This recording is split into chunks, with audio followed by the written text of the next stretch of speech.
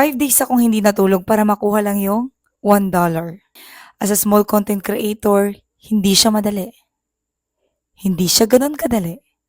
At lalong hindi madali. Hi, this is Miss Nikki Malatsiko. Welcome sa aking channel. For today or tonight, i-share ko sa inyo yung experience ko kung paano ko sinimulan yung YouTube channel ko, paano ko na-hit yung 4,000 watch hours na requirement ni YouTube, at paano ko naman sinimulan gumawa ng content. I started my YouTube channel year 2022 and naghintay ako ng 2 years para ma-monetize at ma-accept sa YPP or sa YouTube Partner Program na handog sa atin ni YouTube. I never thought na kakayanin ko na humarap sa camera at gumawa ng content. And sa taong kagaya ko, hindi ako ganun ka-fluent. Kasi meron pa rin akong yung nahihiya pa rin ako. Kahit ang dami ko ng mga taong nakahalubilo, nahihiya pa rin ako. Yung pang minsan nabubulol pa tayo. And as a content creator, kailangan nating malaman yung ano talaga yung purpose kung bakit kailangan ng audience mo na panoorin yung mga videos mo. As a content creator, isa lang yung na-realize ko. Kailangan mong malaman yung purpose mo. Kailangan mong malaman yung purpose ng content o ng video na ginagawa mo araw-araw. Ano ba yung purpose ng vlog mo? Ano ba yung rason or ano ba yung reason? Pinaka-main reason kung ako yung audience, bakit ko papanoorin yung mga videos na ina-upload mo araw-araw?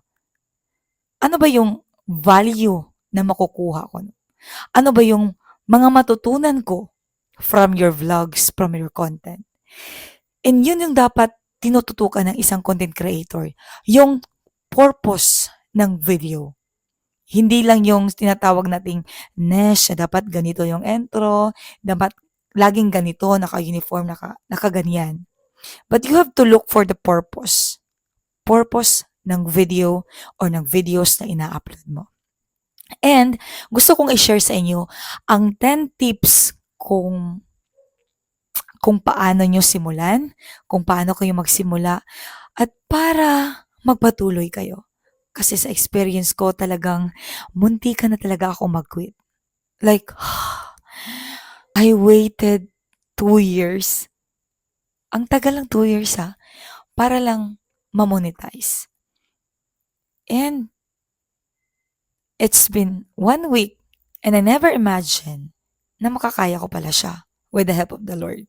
Bilang isang content creator or kung ikaw ay nagbabalak pa lang na gumawa ng YouTube channel or gusto mong magsimula sa Facebook Reels, gusto mong mag-upload ng mga videos, gusto mong maging content creator soon. Bilang isang content creator na nagsisimula pa lang, gusto kong i-share sa inyo yung mga bagay na ginawa ko, yung mga rason kung bakit ako nagpatuloy at kung paano ko pinagpatuloy yung pag-a-upload ng mga videos kahit hindi pa ako monetize. Ang daming struggles na na-encounter ko, ang daming mga problemang dinaanan ko, and meron akong 10 tips na ginawa, meron akong 10 tips or 10 hakbang or steps na ginawa. At yun yung naging rason kung bakit nandito ako ngayon sa harapan ninyo at mai-share at nag-share ng journey ko. First na ginawa ko ay I started kahit hindi pa ako ready. May isang author na nagsabing, you don't have to be great to start, but you have to start to be great. That is according to Zig Ziglar.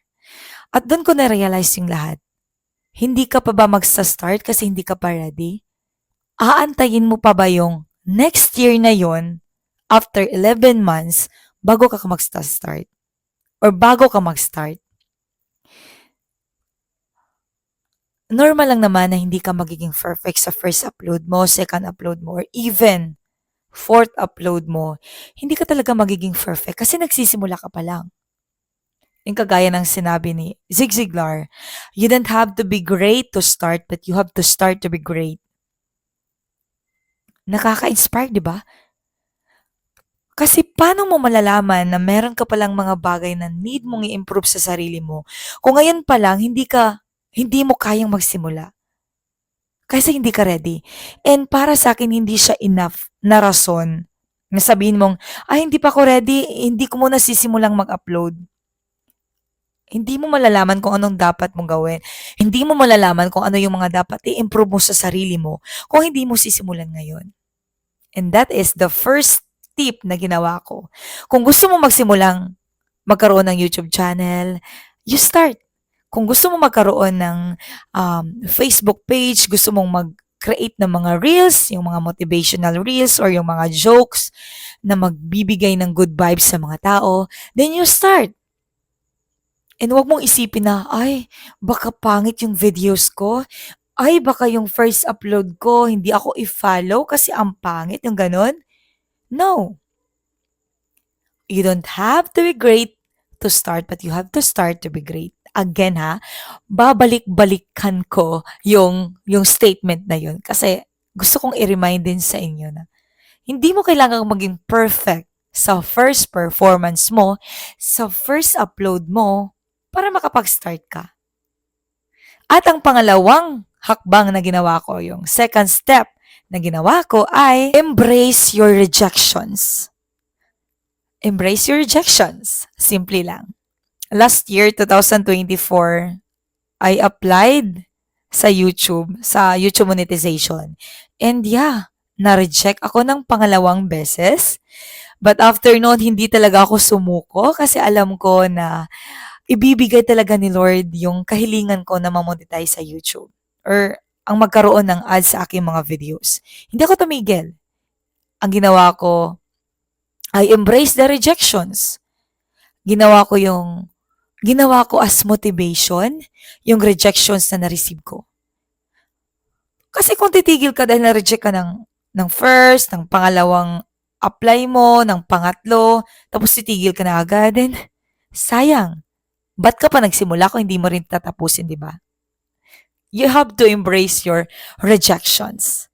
Ang pangatlong ginawa ko naman ay naging consistent ako kahit walang nanonood. Sabi nga nila, be consistent kahit walang nanonood.